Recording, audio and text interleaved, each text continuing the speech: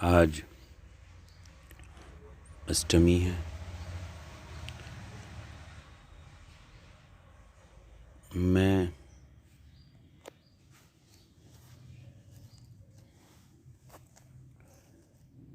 एक बात जो कि बहुत दर्द भरी हुई है वो सुनाने का मन है। बहुत अच्छी अभिनेता रहे इरफान खान। अचानक उन्हें अपनी बीमारी के बारे में पता चला। अब तो नहीं है वो। इरफान खान जैसे ही कैंसर के बारे में सुनते हैं तो उन्होंने अपने हाथों से एक लेख लिखा। वो लिखते हैं, मैं एक तेजी से दौड़ती हुई गाड़ी में सफ़र कर रहा था। मेरे सपने थे, बहुत प्लानिंग्स थी, एम्बिशंस थे, लक्ष्य थे। मैं पूरी तरह से मशगूल था। अचानक कोई मेरे कंधे पे थपथपाता है। मैं पीछे मुड़ के देखता हूँ। टीसी था। वो मुझसे कहता है, तुम्हारी मंजिल आने वाली है, गाड़ी से उतरने की तैयारी कर लो। मैं समझ नहीं पाता। मैं कहता हूँ, नहीं, अभी मेरी मंजिल नहीं आई। वो कहता है, नहीं, तुम्हारी मंजिल आ गई है। कई बार ऐसा ही होता है। इस अचानक होने ने मुझे एहसास दिलाया कि कैसे आप एक ऐसे सागर में बहता हुआ लकड़ी का टुकड़ा हैं जो बह रहा है पर उसको अपने लक्ष्य का पता नहीं है, और हम उसे मैनेज करने में लगे रहते हैं, नियंत्रित करने में लगे रहते हैं। इरफान लिखते हैं कि कैसे कैंसर का पता चलने पर उन्होंने अपने पुत्र से कहा कि अपने पांव पर खड़े रहकर मजबूती से और बिना भय के, फियर के बिना इसका सामना करना चाहेंगे। फिर पीड़ा ने बहुत जोर का एक झटका दिया। ऐसा लगा अब तो सिर्फ पीड़ा को जानने की तैयारी ही चल रही थी। अब उसकी प्रकृति का और सघनता से पता चला। कुछ काम नहीं आ रहा था, ना कोई मोटिवेशन। उस क्षण में पूरा ब्रह्मांड उस पीड़ा से भर गया था।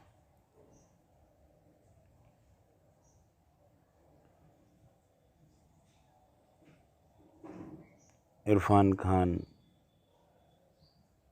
एक बहुत उम्दा कलाकार थे। ध्यान से जुड़े रहते थे। मित्रों, जीवन सच में हमारे बस के बाहर है। अगर हमारे बस में कुछ है तो वो है स्वीकार। एक फ़कीर की कहानी है। एक फ़कीर के पास एक आदमी गया। उस फ़कीर ने उससे कहा, आप तो बहुत शांत हैं और मैं बहुत अशांत हूँ, तो मुझे शांत होने का रास्ता बता दें। उस फ़कीर ने कहा, रास्ते की क्या ज़रूरत है, मैं शांत हूँ, तुम अशांत हो। मैं अपनी शांति में राज़ी हो जाता हूँ, तुम अपनी अशांति को स्वीकार कर लो। उस आदमी ने कहा, मैं कैसे एक्सेप्ट कर लूँ, मैं शांत हूँ, मुझे ये अशांति मिटानी है। तो उस फ़कीर का जवाब था, जब तक मिटाना है तब तक तुम कभी शांत नहीं हो सकते। और अपनी अशांति में राजी हो जाओ, फिर देखो अशांति बचती है या नहीं बचती। अगर कोई अपनी अशांति में राजी हो जाए तो अशांति फिर कहाँ है। अशांति तो जब तक हम उसे स्वीकार नहीं करते हैं तब तक होती है। अशांति तो विरोध में थी उसका। अशांति तो इस बात में थी कि नहीं, ऐसा नहीं होना चाहिए, जैसा मैं चाहता हूँ वैसा होना चाहिए। अशांति अभी मुझे नहीं चाहिए, मुझे शांति चाहिए। उस आदमी ने कहा, आप ठीक कहते हैं, लेकिन मुझे शांत होना है। उस फ़कीर ने फिर कहा कि तुम हो नहीं सकते। मैं तो कभी तुम्हारे पास पूछने नहीं आया कि तुम बड़े अशांत क्यों हो, मैं शांत क्यों हूँ। मुझे अशांत होना है। मैं किसी के पास पूछने नहीं गया, मैं जैसा था वैसे ही राजी हो गया, फिर मैं शांत हो गया। शांति परिणाम है हम जैसे हैं वैसे ही राजी होने का एक रिज़ल्ट है। शांत कोई नहीं हो सकता। जो जैसा है वैसा ही होने को राजी हो जाए, शांति उसके पीछे चली आती है। शांति एक्सेप्टेंस की छाया है। उस आदमी ने कहा, मेरी समझ नहीं आ रहा। फ़कीर ने हाथ पकड़ा और मकान के उसके बाहर ले गया जो कुटिया थी। वह आकाश को छूता हुआ एक पेड़, ऊपर चांद निकला है, ऊपर आकाश तक उठ गया और पास में ही छोटा सा पौधा भी है। उस फ़कीर ने कहा, देखते हो उस दरख्त को? उस आदमी ने कहा, देखता हूँ, बहुत बड़ा है, आकाश को छूता है। उस आदमी ने फिर कहा, देखते हो उस छोटे हुए पौधे को? उसने कहा, देखता हूँ, बहुत छोटा है बेचारा। उस फ़कीर ने कहा, 20 साल से मैं यहाँ हूँ, मैंने इस छोटे से पेड़ को इस बड़े पेड़ से कभी पूछते नहीं देखा कि तुम बड़े क्यों हो, मैं छोटा क्यों हूँ, मैं बड़ा कैसे हो जाऊँ। मैंने इनके बीच कभी डिस्कशन नहीं सुना। छोटा अपने छोटे होने में राजी होता है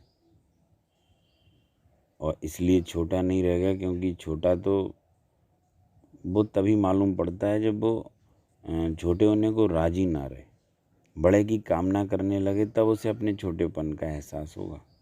और बड़ा अपने बड़े होने में राजी इसलिए बड़ा नहीं है क्योंकि बड़े का कोई सवाल नहीं है,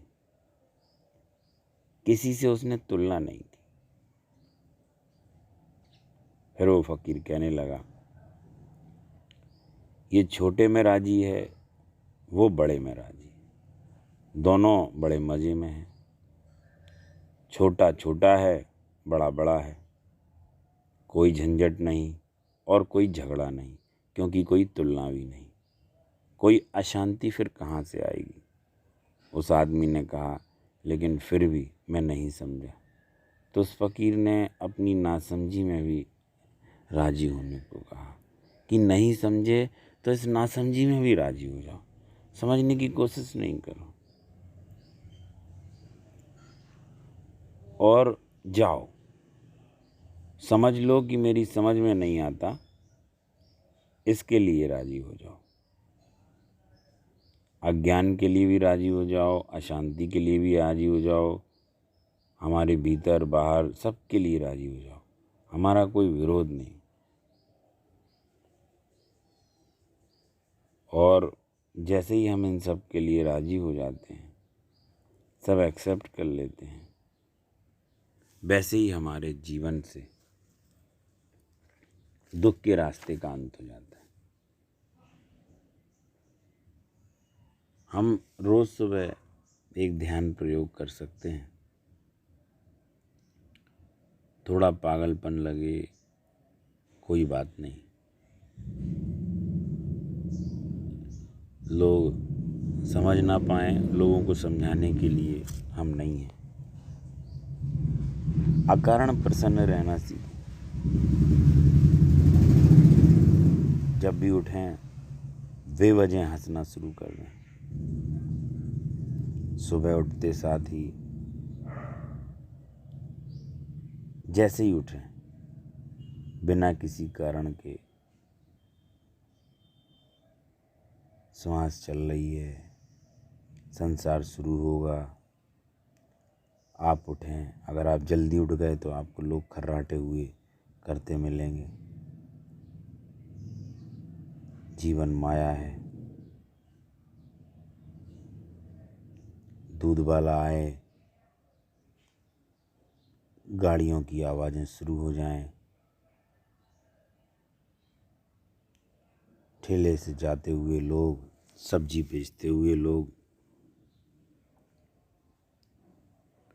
बस अकारण प्रसन्न, बादल, सूरज,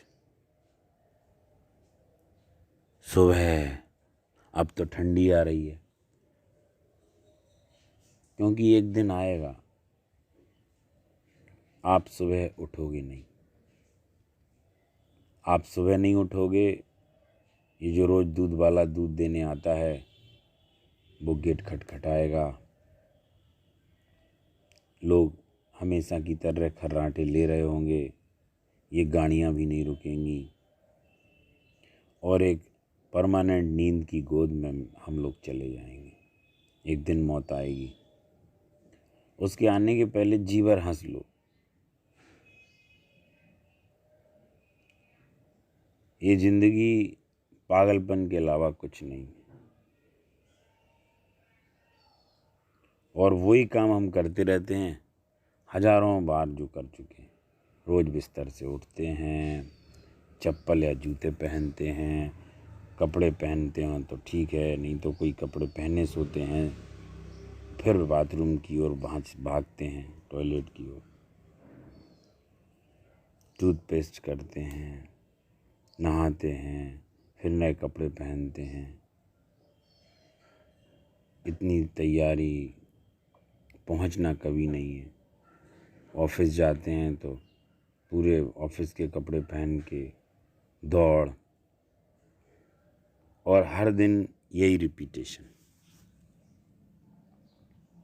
इस रिपीटेशन का हम चाहें तो मज़ा ले सकते हैं। इस मूर्खतापूर्ण खेल को जोर से इस पर ठहाके लगाएं। जैसे ही नींद खुल जाए, आँख नहीं खोलें, नींद खुलते ही हंसना शुरू कर दें, आँख बाद में खोलें। इससे आपकी पूरी दिनचर्या प्रभावित हो जाएगी। जैसे ही सुबह उठें, हंसना शुरू कर दें कारण, भले ही अभिनय सा लगे। फिर एक सर्किल बन जाएगा, कड़ी से कड़ी जुड़ती चली जाएगी, एक हंसी से दूसरी हंसी तार ले लेगी, क्योंकि हम आदत से जीते हैं। लोग अक्सर इससे आपको उल्टा करते मिलेंगे। एक दुख आएगा, जो दुख पे सोचते हैं तो दुख दूसरे दुख के घेरे ले लेता है। एक दुख से बंधा फिर दूसरा दुख आता है, दिन भर व्यर्थ की मुसीबतें। क्रोध भी आता है, क्योंकि दुख होगा तो क्रोध का एक सर्किल है, उसके साथ मन उदास होगा, पूरा माहौल बिगड़ जाएगा। दुख एक ढांचा निर्मित करता है और वो रिपीटेशन करता रहता है। हम दिन की शुरुआत हंसने से करें। दिन भर हंसी की लहरें आती रहेंगी, हंसी के बुलबुले फूटते रहेंगे, चारों तरफ हंसी की कड़ियाँ जुड़ेंगी, हंस हंस के लोटपोट होते रहें। अकारण एक एक्टिंग के साथ शुरू करें, मंद मंद मुस्कान के साथ शुरू करें। जिंदगी एक मजाक है, हमारे हाथों से रचे गए जाल हैं, नाटक है। इसको देखें और इसका समापन हंसी के साथ करें, इसकी शुरुआत भी हंसी के साथ करें।